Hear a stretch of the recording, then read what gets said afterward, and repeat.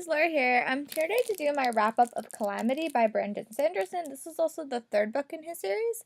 So I'm going to spend the first 2 minutes talking about the series, like, non-spoilerly, and then I'm going to go into spoilers about all the books. So I will tell you when to turn it off if you haven't read this. I also did a non-spoiler review of the first book, Steelheart. I'll try to link it below. I know it was, like, a few years back, so I'll try to, like, link it below. But I will try to do that.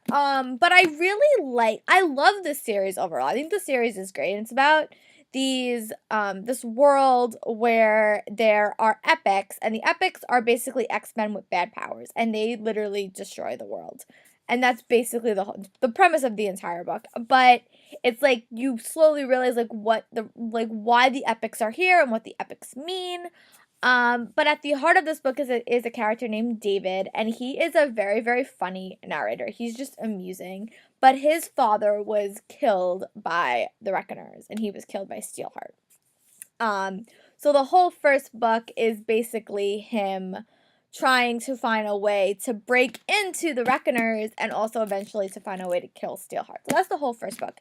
I really, really love the world building in all these books. They're very, very fast-paced, very, very witty, very, very unique storytelling. And I just love the world that Brandon Sanderson created. I loved it. I loved it in the first book. Basically, every book goes to like a different location. So the first one's New Kago, second one's Ballaria, and the third one's somewhere else.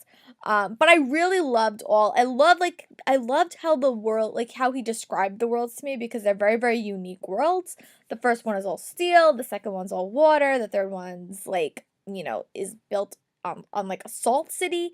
They're all so different and so unique, and I loved his descriptions of it. But so yeah, if you're interested in like a unique dystopian paranormal X-Men novel, I really, really recommend this. He has a great writing style, and David is just a great main character.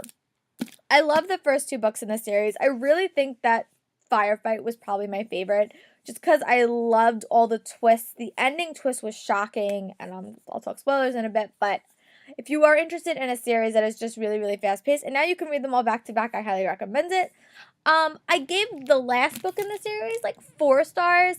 I think it was just because I wasn't prepared to go back into this world, as I talked about. I like to marathon stuff, and I just couldn't do it. I didn't have enough time to re-listen to it. I should have re-listened to Firefight, because I think I would have enjoyed this a little bit more.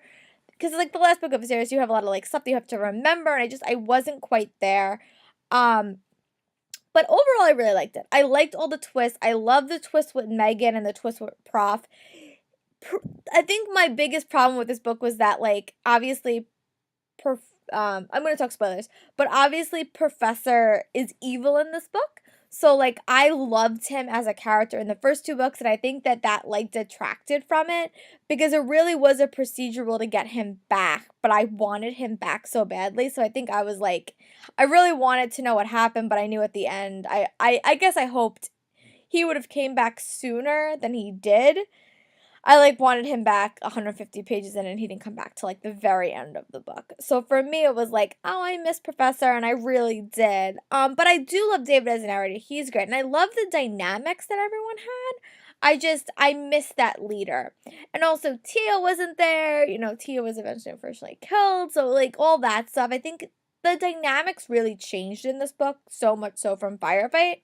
So I think for me, it was like I had to get used to the dynamics, and I wasn't used to it. David also grew up a lot in this book. Like, he was a totally different character because he really had a lot of stuff on his shoulders, which is good and bad. So he changed as a character.